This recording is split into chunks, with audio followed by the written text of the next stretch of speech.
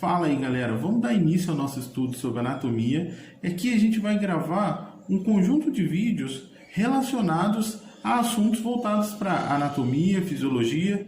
Então a gente vai fazer uma sessão de vídeos, todos eles bem o máximo de compacto possível para ficar melhor para todo mundo assistir, mas que traga todo o conteúdo, ok? Então a gente vai começar falando sobre posição anatômica.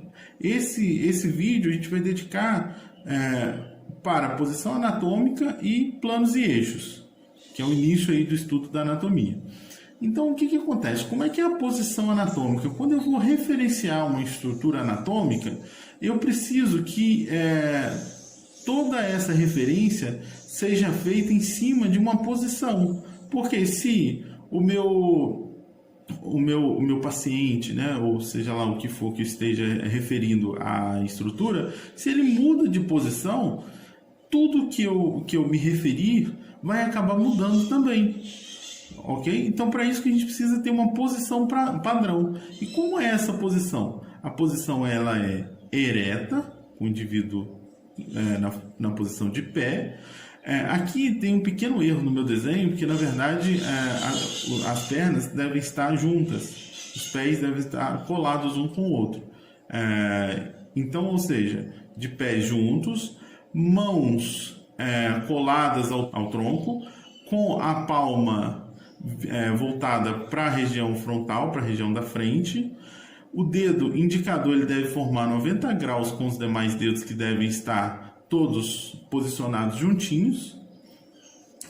Ele deve olhar para o horizonte, ou seja, cabeça na posição olhando para o horizonte. A expressão facial deve ser neutra, a boca deve estar fechada e a órbita ocular, ou seja, os olhos, eles devem estar alinhados com a direção da orelha, ok?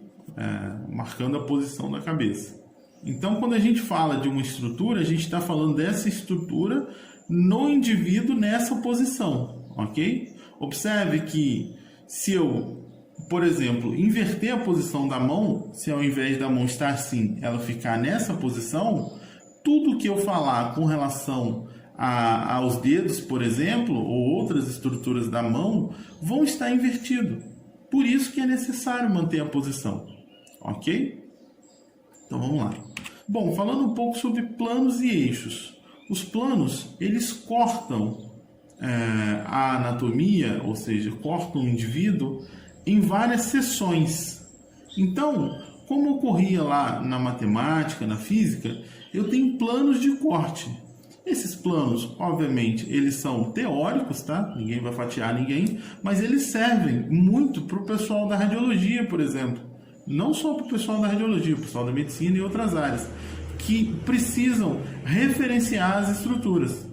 Por exemplo, se eu faço um exame de imagem, o que esse exame me dá é uma projeção ortogonal daquela estrutura em um determinado plano, que a gente vai ver mais adiante, mas a aplicação é essa.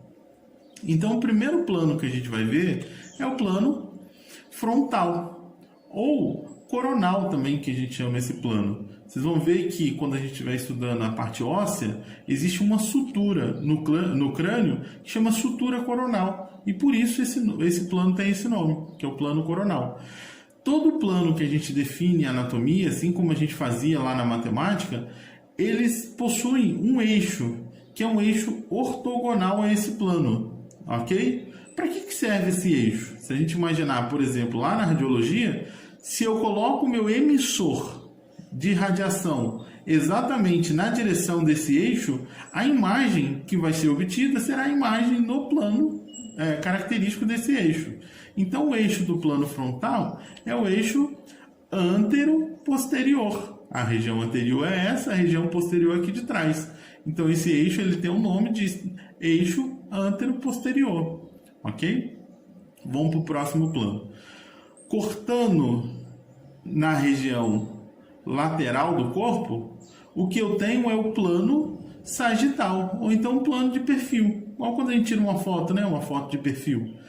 Além desses dois nomes, Quando esse plano está exatamente no centro do corpo, a gente chama esse plano de plano medial, ok? Que divide o corpo em duas partes, direita e esquerda, ok? O eixo que forma 90 graus com esse plano é o eixo látero-lateral, ou seja, que vem de uma lateral a outra, ok? Então vamos para o próximo plano. O próximo plano é o plano que corta o corpo em fatias transversais, ó. Então ele recebe esse nome de plano transversal. E o eixo que forma 90 graus com esse plano é o eixo que está longitudinalmente com relação ao corpo, ó. Então esse eixo é o eixo longitudinal ou crânio caudal, ou seja, vai do crânio à cauda, que é a parte inferior do corpo. Tudo que está na parte superior a gente chama de cranial e tudo que está na parte inferior a gente chama de caudal. Então o eixo crânio caudal ou eixo longitudinal, ok? Eixo axial também poderia ser falado, ok? Então, além disso, vamos ver alguns termos de posição. Essa região aqui, a gente sabe que é a região anterior do corpo. Essa região aqui de trás, a gente sabe que é a região posterior do corpo. Mas eu poderia dar um outro termo também para falar isso. A região anterior, que é a região da frente, a gente pode falar que é a região ventral.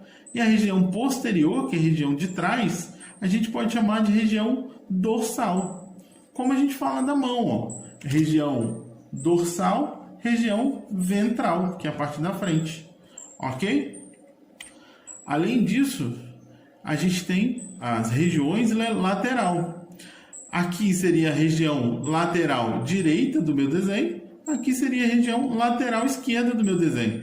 E no meio a gente viu que a linha média do corpo, ou seja, a linha que corta o corpo ao meio, a gente chamou de linha medial.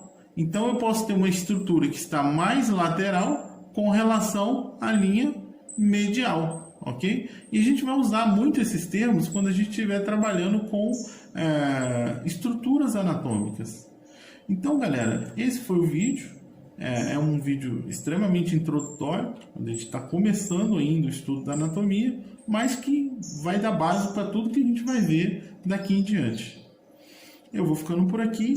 Até o próximo vídeo.